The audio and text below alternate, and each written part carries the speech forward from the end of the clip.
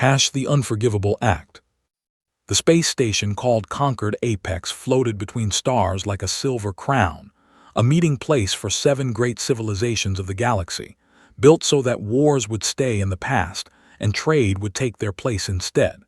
It was a place of long tables and long speeches, of diplomats in expensive clothes who smiled at each other while hiding knives behind their backs.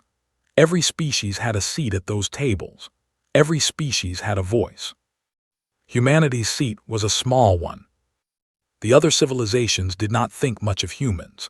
They were a young species, barely 200 years into space travel, and they were small and soft and had only a handful of colony worlds to their name. The Vrethkai Empire found humans amusing, the way a grown soldier might find a child swinging a stick amusing. The Thalsarin, old and powerful and wise beyond most living memory, simply ignored them. The other species barely remembered to include humanity in their meeting schedules at all. Ambassador Elena Vasquez had sat in that small seat for 6 years. She had learned to smile when they ignored her and to speak clearly when they talked over her. She had learned the names of every delegate, every aide, every guard, and every cook on that station. She had learned patience the way a mountain learns patience, not by trying, but by simply enduring everything that was thrown at it. On the morning everything changed, she was drinking coffee and reading reports when her communications officer knocked on her office door and opened it without waiting for an answer. She looked up from her desk. His face was the color of old ash. He placed a data tablet on her desk and stepped back. She picked it up and read. She did not make a sound. She did not move for a long time. The coffee went cold beside her hand and she did not notice. New Meridian was the 4th human colony world. It was not a military planet. There were no warships based there, no weapons factories, no soldier training camps. It was a farming world mostly. Long flat fields of yellow grain under a warm sun, small towns connected by dirt roads, rivers full of silver fish. 40,000 families had built their lives there over the past 30 years. Children went to school in the mornings and came home in the afternoons with mud on their boots and stories about what they had found in the fields. The Vrethkai had chosen it for exactly that reason. War Patriarch Gorzal had led his fleet of 300 warships into the New Meridian system 6 hours ago. He had not issued a warning. He had not demanded surrender.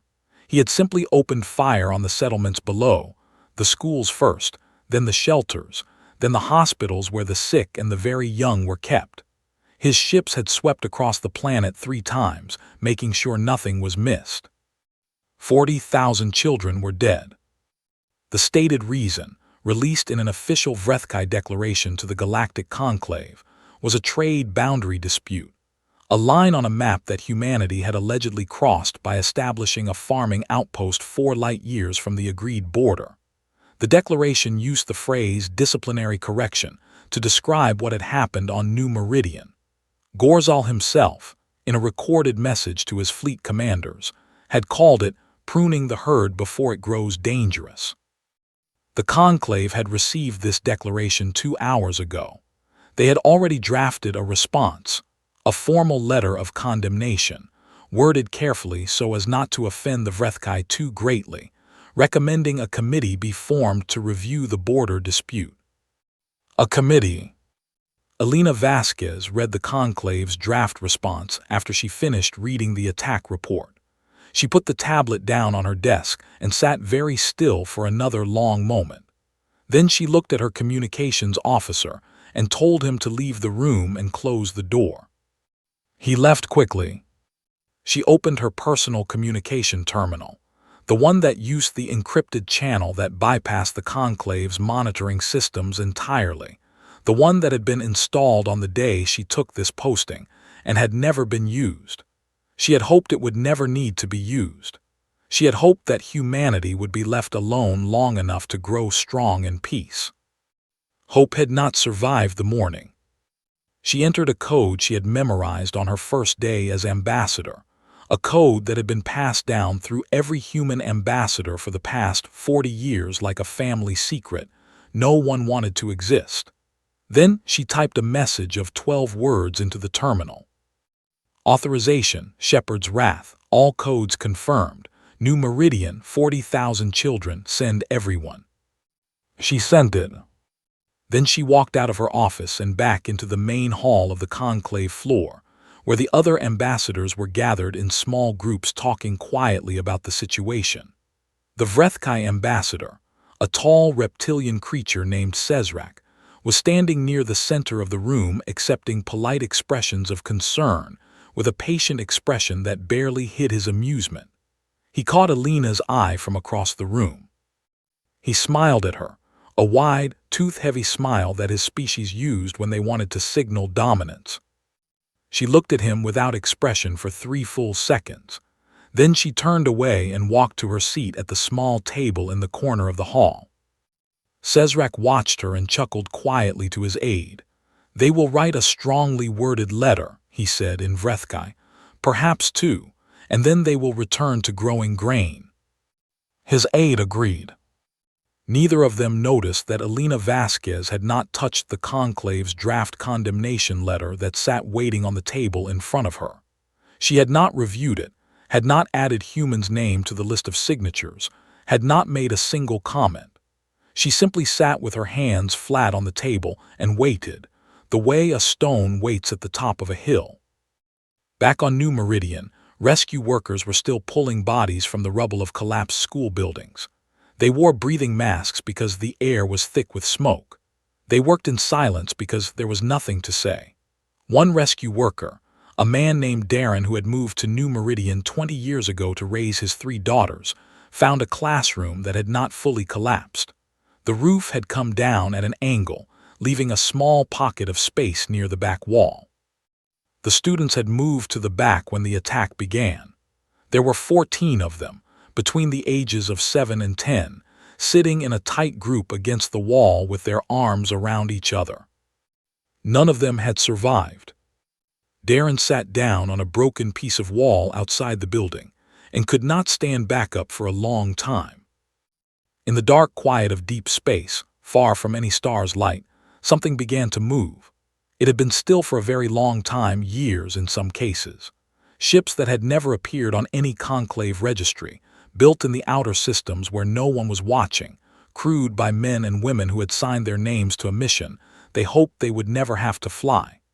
6,000 warships, the largest fleet humanity had ever assembled, began to power their engines for the first time in years. They had been given one set of orders, written 40 years ago by a war council that had looked at humanity's history.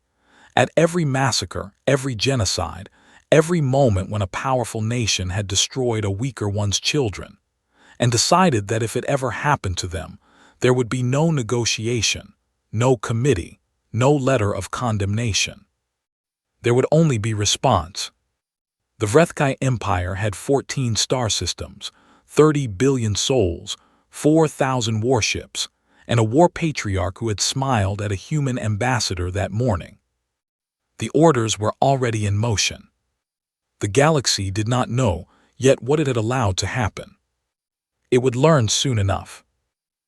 What humans remember. The War Council chamber beneath the city of Geneva was not a beautiful room. It had no windows, no decoration, no artwork on the walls. It had a long table made of dark wood, 22 chairs, bright overhead lights, and a large screen on the far wall that was currently showing a map of Vrethkai space. That was all it needed to be. Admiral Kira Amandi sat at the head of the table. She was 63 years old, with short white hair and hands that had developed a faint tremor in the last 2 years that she refused to let anyone notice. She had commanded 7 military operations during her career, none of them large enough to matter to the galaxy's powerful civilizations, but all of them decisive enough to matter to the people who had needed saving. She had retired 8 months ago. She had been gardening when the message came. She had not changed her clothes before driving to Geneva. She was still wearing the old faded shirt she had been wearing when she knelt in the dirt beside her tomato plants. No one said anything about the shirt. The room was full. Every seat taken, plus people standing along the walls, generals, intelligence chiefs, fleet commanders, the Secretary of Earth, 2 members of the Science Council. They had all arrived within 3 hours of the authorization code being sent. That was how it worked.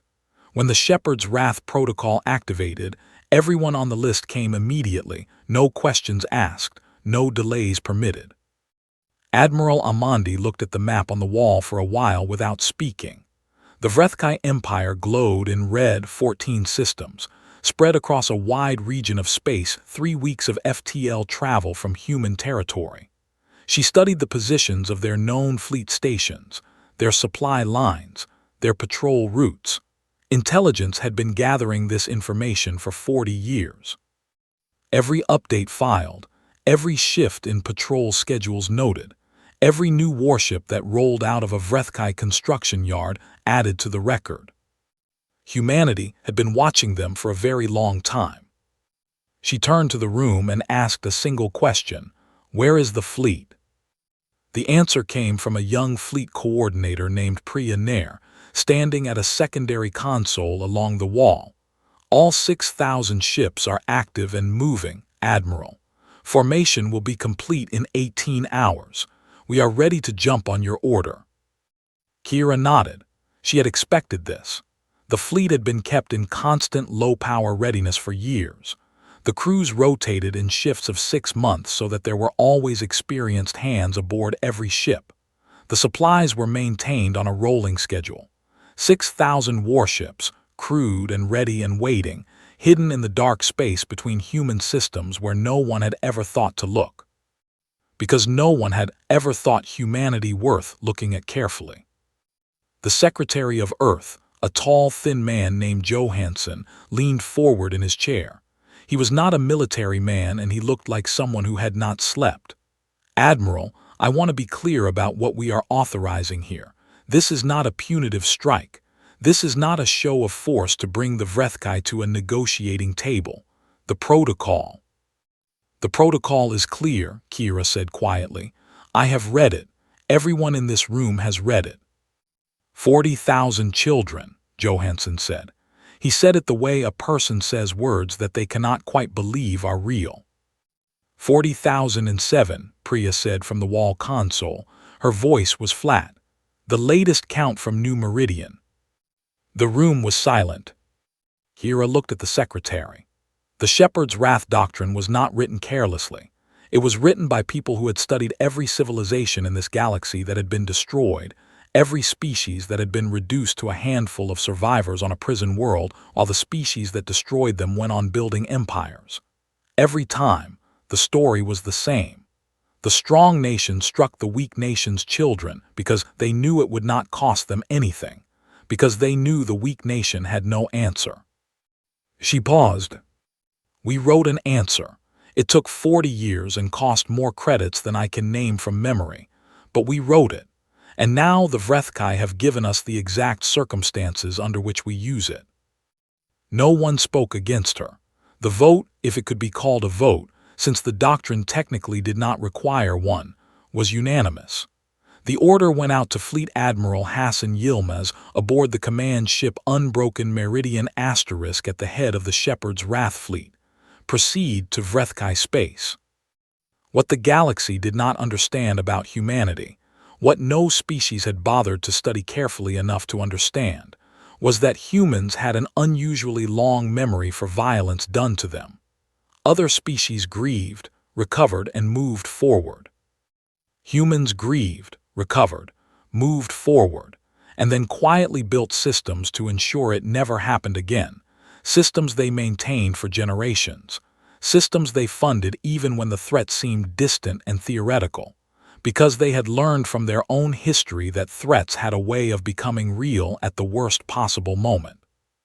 The Vrethkai had assumed humanity was the same as every other young species they had encountered, impressed by shows of force, eager to avoid conflict, quick to find a diplomatic exit from a bad situation. And for most situations, that was accurate. Humans were not looking for war. They had never been looking for war.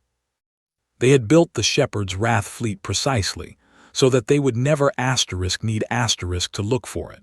Because if someone crossed the single line that could never be crossed, the response would be so total and so swift that no cost-benefit analysis in any War Council chamber anywhere would ever recommend it.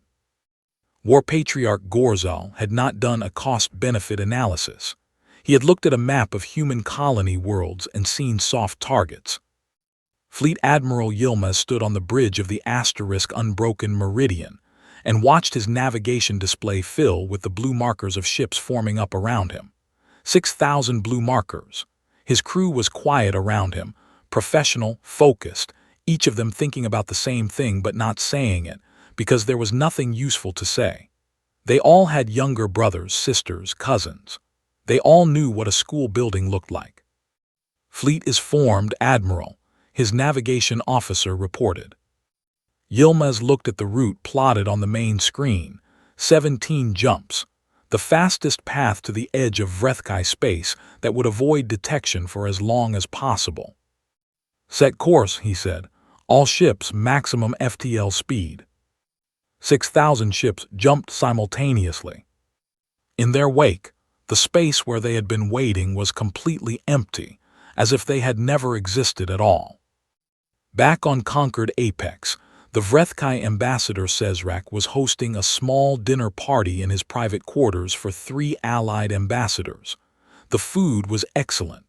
The conversation was light. Someone made a joke about the human ambassador's expression that morning, and everyone at the table laughed. Elena Vasquez was not at her table in the conclave hall. She was in her office, reading casualty reports from New Meridian one by one. She read every name that had been recovered so far. There were still many that had not been recovered, still buried under rubble. She read every recovered name, and then she closed her eyes for a moment and opened them and read the next one. She did not sleep that night. She did not expect to sleep for quite some time. The galaxy watches in silence. The document arrived at the Galactic Conclave's official receiving desk at 600 station time, filed under the heading Formal Notice of Action, Human Sovereign Authority. It was 43 pages long. It was written in 12 galactic languages. It had been prepared, according to its filing date, 37 years ago, and updated annually ever since. The Conclave's head clerk, a Thalsarin elder named Osivan who had worked at that desk for 60 years, read the first 3 pages and then set it down, and contacted every senior ambassador on the station before breakfast. The document was not a declaration of war. It was something the Conclave had never received before, a notice of extinction-level retribution, a legal filing that formally notified the Conclave that humanity was undertaking a military operation against the Vrethkai Empire in direct response to the New Meridian massacre, that this operation would continue until all military objectives were complete, and that any species that chose to intervene on behalf of the Vrethkai would be considered a co-participant in the original action. It listed the legal basis. It listed the evidence. It listed the names of every child recovered from New Meridian's rubble, all 40,007 of them, printed in full, taking up 21 of the document's 43 pages. It was filed correctly, stamped correctly, signed by Ambassador Vasquez and countersigned by the full Earth War Council. Every procedural requirement met, every form filled in, every line legal and proper and on the official record. The Conclave emergency session was called within an hour. Vasquez walked into the main chamber and took her small seat and waited, while every other ambassador filed in with the particular expression people wear when they have just received news that rearranges everything they thought they understood about the world. The Vrethkai ambassador Sezrak arrived last, moving quickly, his neck frill flat against his back in a posture that his species used for stress. The session chair, a Mervathi delegate with 3 sets of arms, called the meeting to order and asked Vasquez directly if she was prepared to withdraw the notice and return to diplomatic channels. "No," Vasquez said. "Ambassador, the Conclave strongly urges." The Conclave had 40,007 opportunities to prevent this, Vasquez said. Her voice was calm and very clear. When the Vrethkai fleet entered New Meridian space, every long-range sensor network in the station registered it. When they opened fire on civilian settlements, the data was available in real time to every intelligence service represented in this room. No one contacted us. No one dispatched a mediation ship. No one sent so much as a message. The room was very quiet. The window for diplomacy closed with the last child they buried on New Meridian. I am here as a courtesy, so that no one can claim they were not informed. Cesrak stood up. His voice had a practiced quality. He had clearly prepared a speech. He spoke about the border dispute, about Vrethkai's sovereign rights, about humanity's obligation to accept the Conclave's authority, about the danger of unilateral military action, about the importance of the rules and frameworks that kept the galaxy stable. Vasquez let him finish. Then she looked at him and said, "Every word you just said is an attempt to make what happened on New Meridian sound like a misunderstanding that reasonable parties can discuss. It was not a misunderstanding. Your war patriarch murdered children on purpose, specifically because they were children, specifically because he believed it was safe to do so. We are here to demonstrate that it was not safe. We have no further business in this chamber today." She stood up and walked out. In Vrethkai space, the first border patrol spotted the human fleet approximately 9 minutes before it reached weapons range. The patrol commander had time to send one emergency burst transmission to the nearest Vrethkai fleet station. Unknown fleet massive, entering System 7, requesting. The transmission ended. The Vrethkai border fleet at Station 7 was 400 warships, a number that would have overwhelmed any human military force the galaxy had ever seen. They had good weapons, experienced crews, and 3 decades of combat experience fighting various smaller species along their border. They lasted 4 hours. Not because they fought poorly. They fought the way the Vrethkai always fought, aggressively, without retreating, throwing everything they had at the enemy in a direct frontal assault that had broken dozens of opposing fleets over their history. But the human fleet did not fight the way any fleet they had ever faced fought. The humans moved in complex coordinated patterns that their tactical AI generated and updated in real time, each ship adjusting to the positions of every other ship every 3 seconds. The Vrethkai could not fix a target that was always moving. The humans could. The second border fleet at Stations 8 and 9 heard what had happened at Station 7 and assembled a combined force of 600 ships. They set up a defensive formation along the inner approach, a wall of firepower that should have been impossible to break without massive losses. The human fleet sent 300 ships to engage them directly and 200 ships around the system's outer edge at a speed the Vrethkai had not calculated as possible. The flanking force came in from above the formation's blind spot. The engagement lasted 6 hours. When it ended, there were no Vrethkai ships remaining. Human casualties: 11 ships destroyed, 23 damaged, against 900 Vrethkai warships. This information was not announced by humanity. They sent no press releases, no victory declarations, no messages to the Conclave. They simply kept moving inward, the blue wave of 6,000 ships advancing system by system, methodical and unstoppable. But every species had sensor networks. Every intelligence service in the galaxy was watching. The Thalsarin Senior Council convened in emergency session. The eldest member of the council, a being who had lived for 400 years and had seen 20 wars begin and end, reviewed the battle data 3 times. She looked at the human fleet's movement patterns and the casualty numbers and the rate of advance, and then she asked her military advisors a direct question. Have they reached their full capability yet? The answer, after considerable analysis, was, "We do not believe so, Elder." The room went very quiet.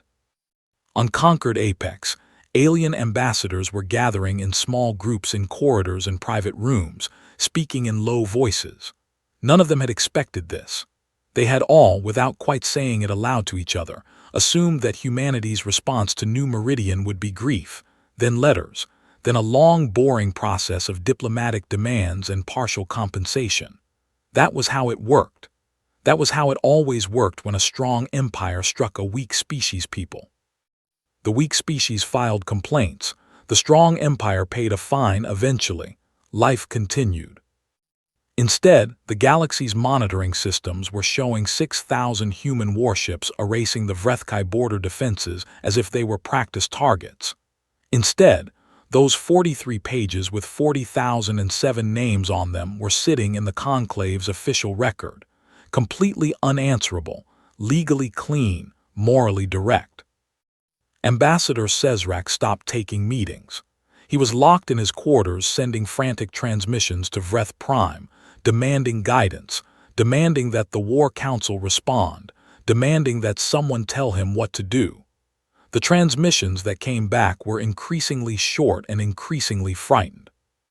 On New Meridian, Darren still went to work every morning with the rescue teams. They had cleared most of the rubble now, and the work had shifted to the quieter task of identification and record. He carried a notebook in his breast pocket where he wrote down every name as it was confirmed. He did not know why he was writing them down. The officials were recording everything on proper data systems. He just needed to write them down himself, with his own hand, so that he had held the names somehow. He had filled 41 pages of the notebook. He had bought a second notebook. In the deep dark of Vrethkai space, a war patriarch sat in his throne room and looked at reports that could not be real, and knew with the cold certainty of a man who had spent his whole life making war that they were very real indeed. Gorzal's last gambit. The throne room on Vreth Prime was built to intimidate. The ceiling was 30 meters high. The walls were covered in the skulls of enemies the Vrethkai Empire had defeated over the past 3 centuries, each one mounted and labeled with the species' name and date of conquest. The floor was polished black stone that reflected everything above it like a dark mirror. War Patriarch Gorzal had held court in this room for 22 years and had never once felt small inside it. He felt small now. 6 of his 14 systems were gone. Not occupied, gone asterisk, in the sense that every military installation in them had been dismantled or destroyed, every fleet asset eliminated, every command structure removed.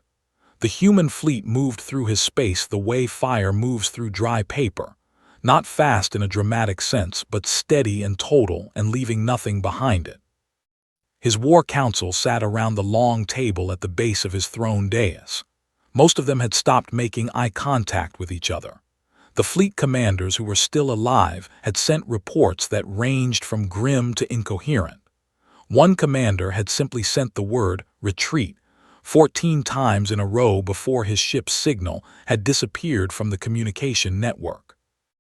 Gorzal was not a man who panicked. He was a man who had survived 40 years of Vrethkai politics, which was arguably more dangerous than any war, and he had done it by thinking clearly when everyone else was falling apart. He was thinking clearly now. He simply did not like what his clear thinking was producing. He had 4 options. He intended to try all of them. The first was reparations. He drafted a formal offer personally, a massive financial payment to humanity, an official acknowledgement that the New Meridian action had been poorly calibrated, a border agreement that gave humanity everything they had ever asked for and more. He transmitted it through the Conclave's official channels and through 3 separate back channels that his diplomats maintained for exactly this kind of situation. Humanity's response came back in 40 minutes. It was a single sentence, signed by Ambassador Vasquez. The Conclave has been informed that no communication of this nature will receive a reply. His second option was leverage. He had 18 human nationals on Vreth Prime, academics, trade representatives, 2 journalists, who had been on the planet when the war began and had since been moved to a secure facility outside the capital. They were not being harmed. He made sure they were not being harmed because he understood that harming them would make his situation worse, and because he needed them as bargaining pieces, not as corpses. He announced through the conclave that he was prepared to release the human civilians in exchange for a ceasefire negotiation. The human fleet's advance did not pause by a single hour.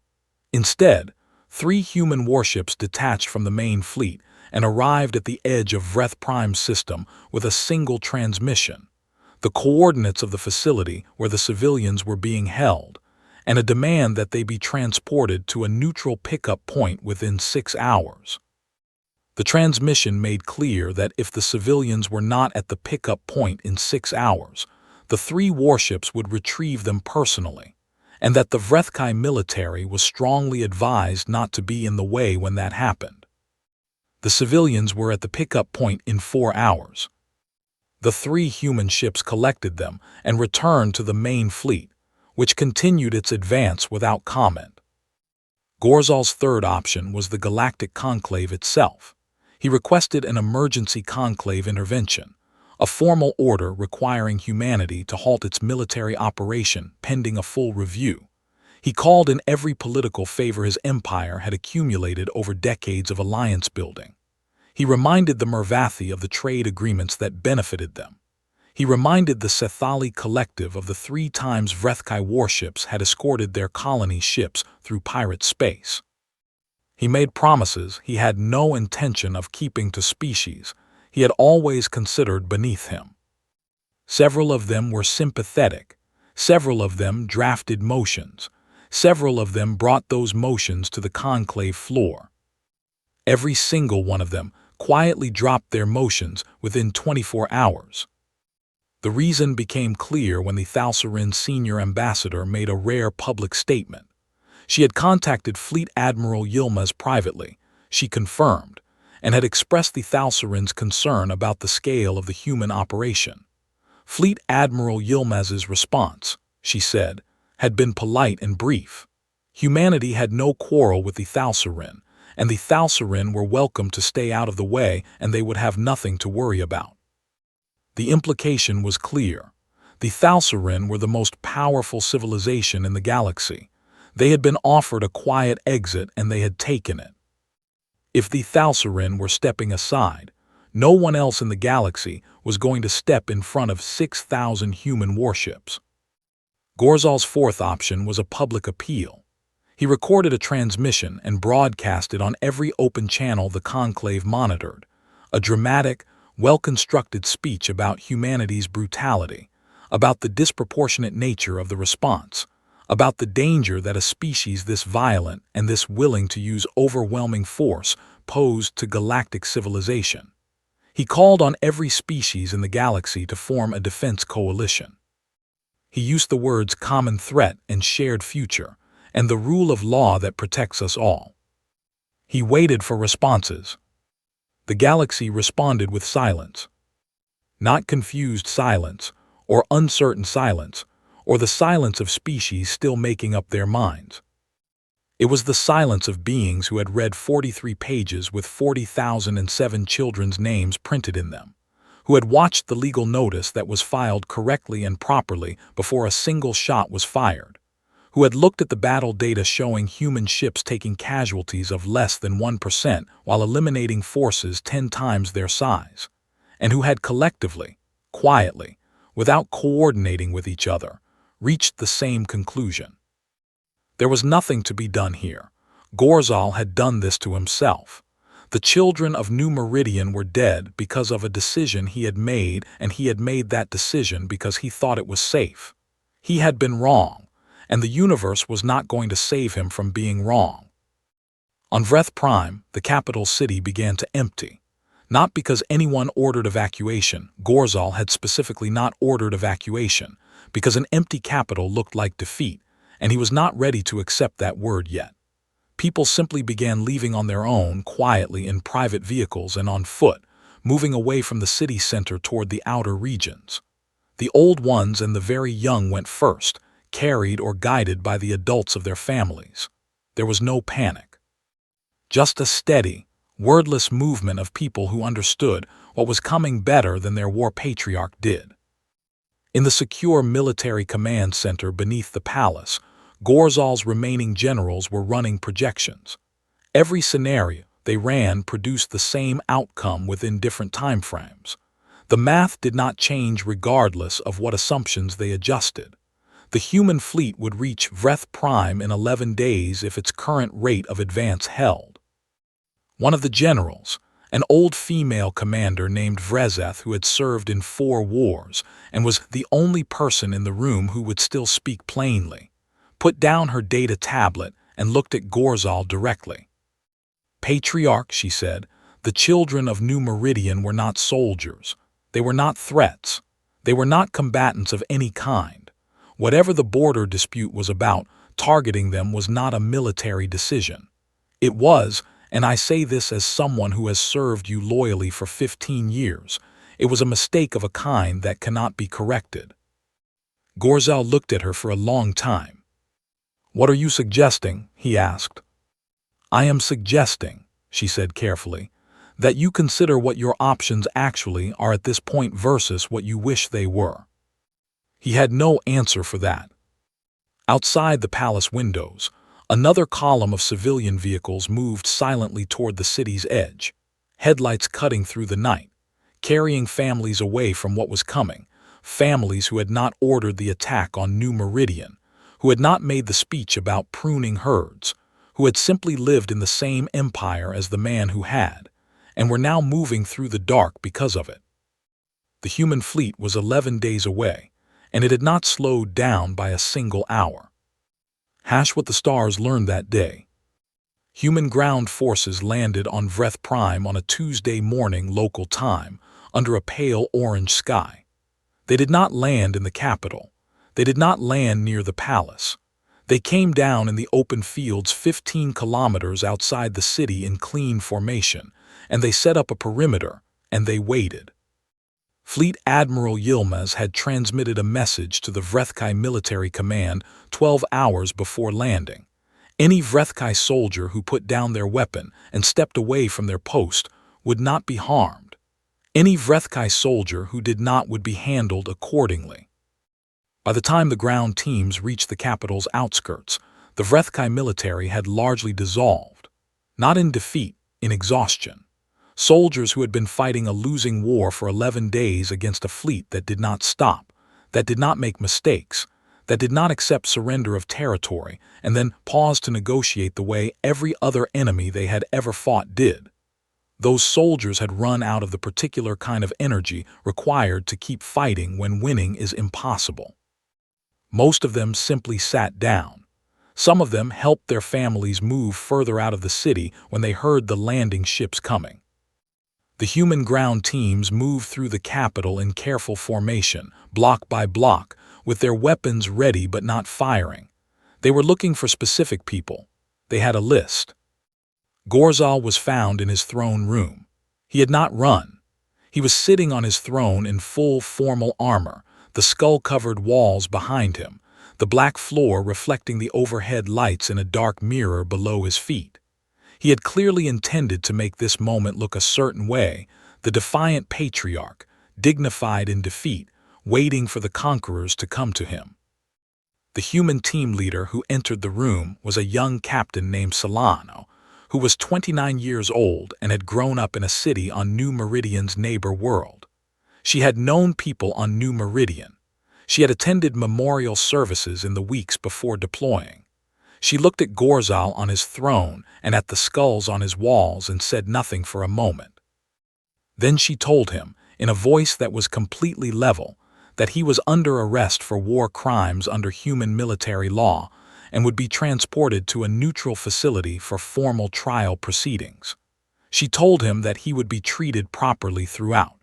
She told him that his legal rights as a defendant would be respected in full. Gorzal stared at her. He had prepared several speeches. None of them seemed applicable. He went without resistance. The other 31 officers who had signed the orders for New Meridian were collected from various locations across Vreth Prime over the next 48 hours. None of them fought. Most of them had been sitting in their homes. Vrezeth, the old general who had spoken plainly to Gorzal in the command bunker, was found at her family's residence in the outer city. She came to the door before the team could knock and stood in the doorway and looked at them. She asked if she was on the list. The team leader confirmed that she was not. She nodded slowly. She asked what would happen to the Vrethkai people. The team leader told her that the human fleet's orders regarding civilian populations were strict. No harm to civilians, no destruction of civilian infrastructure, no interference with basic services. The Vrethkai Empire's military capacity would be reduced to zero, and its political leadership structure would be placed under conclave supervision. But the people of Vreth Prime and the other systems would be able to continue their lives. Vrezeth stood in her doorway for a long moment. Then she went inside and closed the door. The tribunal was held 3 weeks later on Conquered Apex. It was broadcast live on every open channel the Conclave operated, at humanity's specific request. Not to humiliate, the human legal team had been very deliberate in framing this point. But because the record had to exist in a form that everyone in the galaxy could access and review. Because the children of New Meridian deserved to be the center of a public accounting, not a closed-door settlement that could be reduced to a footnote in a decade. The chamber was full. Every ambassador, every journalist, every diplomat who could find a seat was present. The ones who could not find seats watched on screens throughout the station. The human legal team presented their case in order.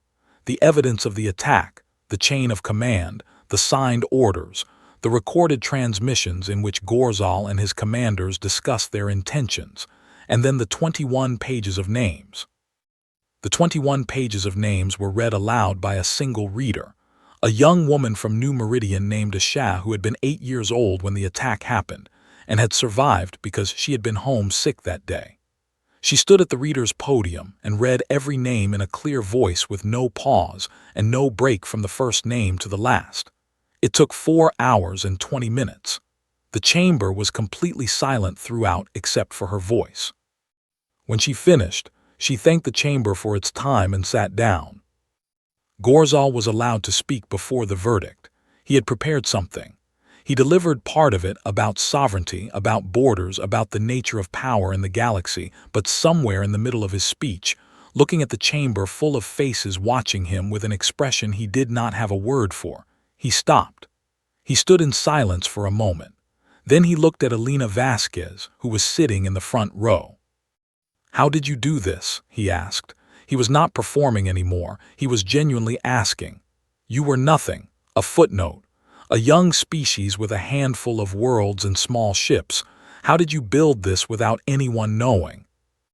Vasquez looked at him calmly. "We are the species that invented the word consequence," she said. "We have been teaching it to ourselves for 10,000 years. We simply never had to teach it to someone else before." The verdict was read. Gorzal and the 31 officers received life sentences to be served in a facility jointly administered by the Conclave and human authorities. They would have proper food, proper medical care, and no cruelty. That had been another specific requirement of the human legal team. No cruelty, full documentation, everything on the record. Because the point was not to be what Gorzal was. On New Meridian, Admiral Kira Amandi attended the dedication of the Children's Memorial in her full-dress uniform. She had flown out from Geneva the night before, and she had not slept on the flight. She stood at the base of the memorial, a wide wall of white stone that curved gently in a half-circle, covered from one end to the other with names carved at eye level, each letter cut deep and clean into the surface. And she looked at the names for a long time without speaking. The family stood around her in the warm light of the colony world sun. Darren stood near the left edge of the wall with his notebook in his hand. He had filled 4 of them by now. He looked at the stone and found the section where the names he had recorded in his own handwriting matched the names carved in front of him, and something in his chest moved in a way that was neither relief nor grief exactly, but something that contained both. Kira placed her hand flat against the stone and stayed like that for a minute. Then she stepped back and stood at attention and was still. No speeches were given. Someone had suggested speeches, and the families of New Meridian had declined. There was nothing to say that the wall did not already say better. On Conquered Apex, head clerk Osivan went back to his desk after the tribunal broadcast ended and opened humanity's official file in the Conclave archive. The file he had been maintaining and updating for 20 years, the file that described humanity's status, threat level, military capability, and diplomatic standing within the galactic community. He had updated it many times, minor adjustments mostly. Observer status changes, colony world additions, trade agreement references. He opened the threat assessment field. It currently read, non-threatening, limited military capability, recommends standard observer engagement protocols. He deleted the entire entry. He sat for a moment with the cursor in the blank field. Then he typed a single word. Warning. He saved the file and closed it and went to make tea. In the quiet of a research office 2 halls away from his desk, a young Mervathi academic named Threx who studied emerging species pulled up humanity's updated file and read it 3 times. She had spent 2 years writing a preliminary paper arguing that humanity was unlikely to develop meaningful galactic influence within the next century. She had cited their small fleet, their few colonies, their apparent eagerness to avoid conflict. She opened a new document and started a different paper. She titled it, What We Missed, a Study in Systematic Underestimation. In the weeks that followed, the galaxy did not talk about humanity the way it had before, not with contempt and not with the particular kind of dismissal that had passed for acknowledgement before. The new conversations were quieter and more careful. Species that had never thought much about humans began thinking about them, began reviewing what they knew and what they had assumed, began comparing what they had thought humanity was capable of versus what humanity had just demonstrated. The answer to that comparison was not comfortable. Humanity, for their part, said very little. They dismantled the Vrethkai military infrastructure on the agreed schedule. They handed supervision of the Vrethkai systems to the Conclave as promised. They brought their fleet home, not all of it, not in the specific same form it had deployed in, but the bulk of it, back to the hidden stations in the outer systems where it had waited before. It kept waiting. Ambassador Vasquez returned to her small seat at the conclave table. The table did not feel as small as it used to. Or perhaps it was the same size it had always been, and the people around it had simply started paying attention to who was sitting there. She asked for her coffee and read her reports and waited for the next session to begin. The stars outside the station's viewports looked the same as they always had, old and bright and indifferent. But somewhere between them, in the long, quiet distances of deep space, the galaxy was doing something it had never done before where humans were concerned. It was being careful.